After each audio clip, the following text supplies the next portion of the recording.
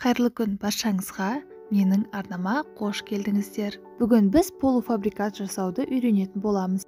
Яғни, қалай қатыру керек, қамырын қалай дайындау керек барлығымен бөлісетін боламын. Видеоны көрмес бұрын каналға тіркеліп қоюды ұмытпаңыз.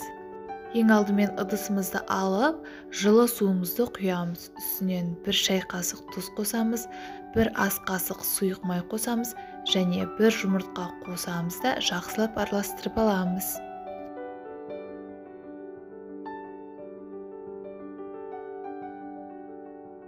Жақсылап араластырдық. Енді електен өткізілген ұнымызды аз-аздан қосып, алдымен шанышқының көмегімен жақсылап араластырып аламыз. Немесе бірден қолмен араластырсаңыздар да болады.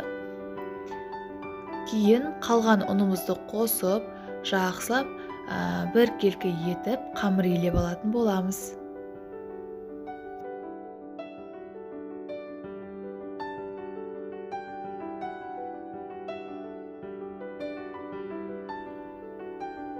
Осылай жақсылап илеп алдық.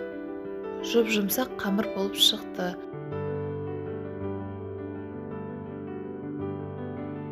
Пакетке салып бір шетке қойып қоямыз. Сол уақыт аралығында салмасын дайындаймыз. Пиязды алып, өте ұсақтап тураймыз. Менде майда пияз болғандықтан 4 пияз қолдандым. Егер сізде ірі пияз болса, 1-2 пияз қолдансаңыз да жетеді.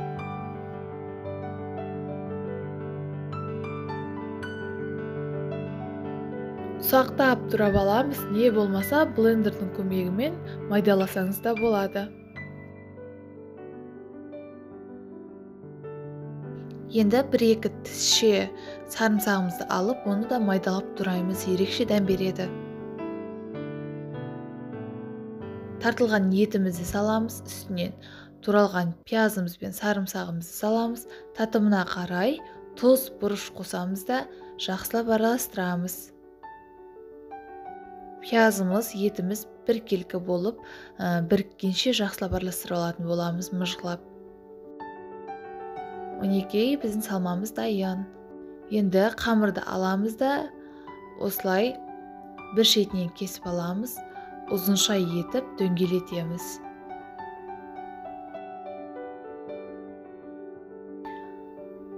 Ұзынша етіп дөңгелетіп алдық. Енді керек мөлшерде осылай бөліктерге бөліп шығатын боламыз. Енді домалатып, осылай тастаймыз барлығын. Осылай жасап, енді әрқайсысын бір келкі етіп, оқтаудың көмегімен жайып аламыз. Керек формамызда қалауыңыз бойынша үлкен етіп, немесе кішкентай етіп жасасаңыз болады. Ортасына салмаларын салып, видеода көрсетілгендей етіп, түйіп шығамыз.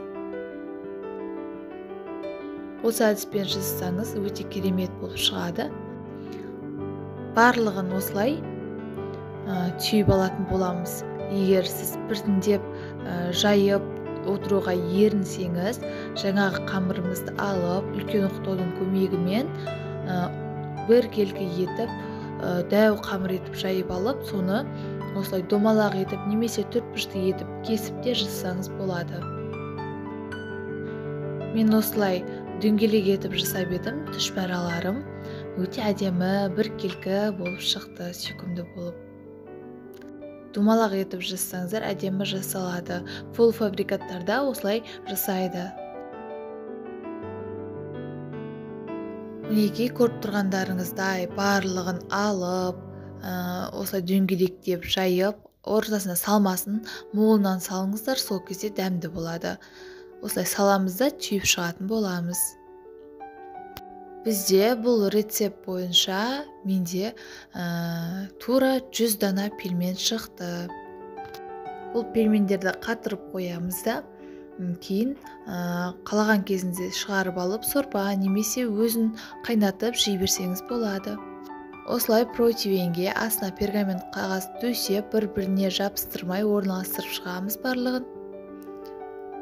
Және де бетін пищевой пленкамен жабамыз да, бір күнге мұздатқышқа салып қоямыз. Одан кейін алып, қатқаннан соң барлығын шығарып, бөлек-бөлек пакетке салып қойсаңыздар болады. Астарыңыз дәмді болсын, міндетті түрде жасап көріңіз. Сіздермен болған Мадина. Келесі видеода кездескенше.